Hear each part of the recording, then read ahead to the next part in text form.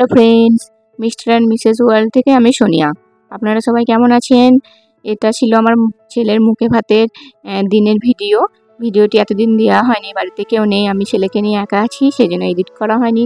ভিডিওটি শেষ পর্যন্ত দেখতে থাকুন, যদি ভালো লাগে তাহলে একটি লাইক করবেন।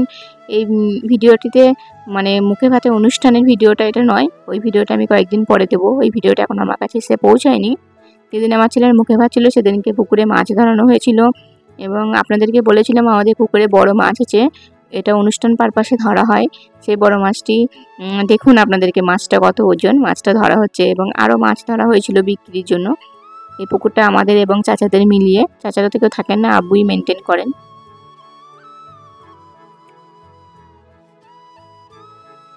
যেদিনকে মুখে ভাত ছিল সেদিনকে সকালেই মাছটা ধরা হয়েছিল। এখন ভোর 5টা মতো বাজে। আমি এত কাছ থেকে কোনোদিন মাছ ধরা দেখিনি, এটা আমি উপরে ব্যালকনি থেকে দেখছিলাম আর ও ভিডিওটি করেছে। আমিও সেদিন সকাল সকাল উঠে পড়েছিলাম, বাড়িতে অনেক লোকজন ছিল বলে। মাছগুলো কি সুন্দর লাফাচ্ছে দেখুন, দেখতে বেশ ভালোই লাগছে, সেই জন্য ভাবলাম আপনার সাথে একটু শেয়ার করি।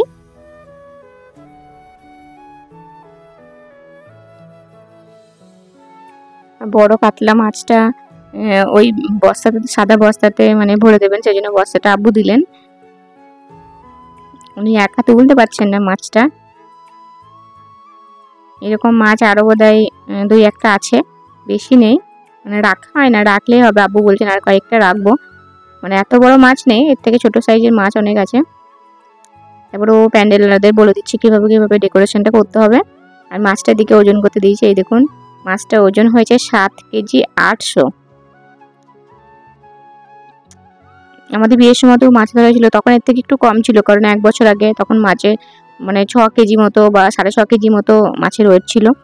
আমাকে বউ ভাতের দিনকে এরকম একটা মাছ কাটতে দেওয়া হয়েছিল, এই পুকুরেই ধরা হয়েছিল। মাছটা 7 কেজি 800 ওজন হয়েছে। এদিকে ডেকোরেশনও কমপ্লিট হয়ে গেছে। দুপুরবেলায় আমার ছেলেকে বসিয়ে দিয়েছি, আমি বসিয়ে একটু ছবি তুলে নিয়েছি। আর বড় ভাই আগের দিন রাতে মুরগ মাসালাম মানে তৈরি করেছিলেন, সেই ভিডিওটা আপনাদের সাথে আমি একটু শেয়ার করে দিচ্ছি। চিকেনটাকে এরকম করে কেটে নুন দিয়ে একটুখানি মানে নুন দেওয়ার পরে কেটে কেটে রেখে দিয়েছেন, তারপর পাটা বেটে দিয়েছেন, এতে একটু ভিনিগার দেওয়া হয়েছিল। আর এই পায়ের গোড়ার কাছে একটু রগটা কেটে দিয়েছিলেন যাতে মাংসটা মানে মানে ফেটে বার হয়ে না চলে আসে। তারপরে একটা পাত্রে দই আর ডেলি ইউজের যে মশলা, তেল আর আদা রসুনের পেস্ট দিয়ে মুরগিটাকে একবার ধুয়ে নিতে হবে, ভিনিগার যেহেতু দেওয়া ছিল। তারপরে একটা শুকনো কাপড়ে করে বা টিস্যু করে মুছে নিতে হবে। তারপরে মশলাটা মাখিয়ে ম্যারিনেশন করে রেখে দিতে হবে। এটা সকালে ম্যারিনেশন করা হয়েছিল, তারপরে সন্ধ্যে পর্যন্ত ম্যারিনেশন করে রেখে দেওয়া হয়েছিল। তারপর সন্ধ্যাবেলা মুরগিটাকে প্রথমে কড়াতেই বেশি করে তেল দিয়ে খুব ভালো করে অল্প মানে গ্যাস দিয়ে বা অল্প আছে প্রথমে ভেজে নিতে হবে, মানে এই ভাজাতে মুরগিটা সেদ্ধ হয়ে যাবে। আর যেহেতু দই দিয়ে অনেকক্ষণ ম্যারিনেশন করা আছে তাই খুব নরমও হবে, মানে নরম হবে। আপনারা যতক্ষণ পারবেন ম্যারিনেশন করে রাখবেন, যত ম্যারিনেশন করে রাখবেন ততই ভালো হবে। মুরগিটা আমাদের ভাজা হয়ে গেছে। তারপরে এখানে 4 মগজ, আমন্ড আর কাজু বাটা একসাথে আছে, আর আদা রসুন বাটা, সমস্ত কিছু দিয়ে প্রথমে একটা আদা রসুন দেওয়া হলো, এবার 4 মগজ, কাজু, আমন্ড বাটা দিয়ে আর তার সাথে ডেলি ইউজের কিছু মশলা দিয়ে আর বিরিয়ানির মশলা দিয়ে ভালো করে মশলাটা কষাতে হবে। মশলাটা যখন কষানো হয়ে যাবে তখন মুরগিটাকে দিয়ে দিতে হবে, মুরগিটা দিয়ে একটু চাপা দিয়ে রেখে দিতে হবে। আর এটা কিন্তু অনেক বেশি তেল লাগে, তেলেই রান্নাটা হয়।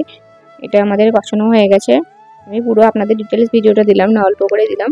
তারপর মুরগিটাকে দিয়ে এটাকে চাপা দিয়ে রেখে দিতে হবে, মশলাগুলো মুরগির গায়ে গায়ে ভালো করে উপরে দিয়ে দিতে হবে, দিয়ে তারপরেই মুরগি মাসালাম রেডি হয়ে যাবে। আরও অনেক কিছু করা হয়েছিল, অনেক রকমের ভাজা করা হয়েছিল, চিংড়ি মাছ ছিল, গোটা মাছ ভাজা ছিল, মাছের মাথা ছিল, ওইগুলো আমি আপনাদের সাথে পরের ভিডিওতে শেয়ার করব, মানে ছবিতে দেখিয়ে দেবো কী কী ছিল। ধরুন ভিডিওটা আজকের মতো এখানেই শেষ করছি। ভিডিওতে যদি কোনো ভুল ত্রুটি হয় অবশ্যই ক্ষমা করবেন এবং আপনারা ভালো থাকবেন, আমার ছেলের জন্য অনেক দোয়া করবেন। ধন্যবাদ।